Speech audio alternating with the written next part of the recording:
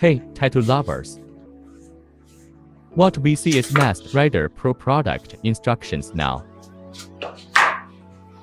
First, we can see that it looks very small and exquisite. The cartridge can be easily fitted to the machine and is very stable.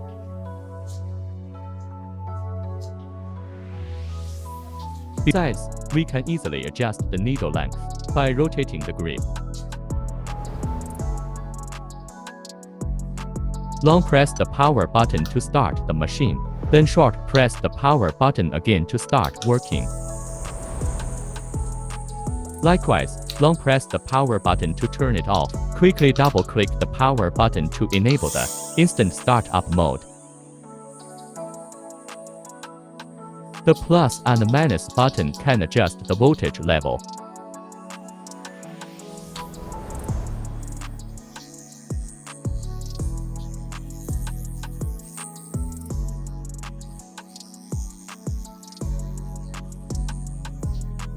We compared it with the iPhone X to give you a more intuitive experience of the size.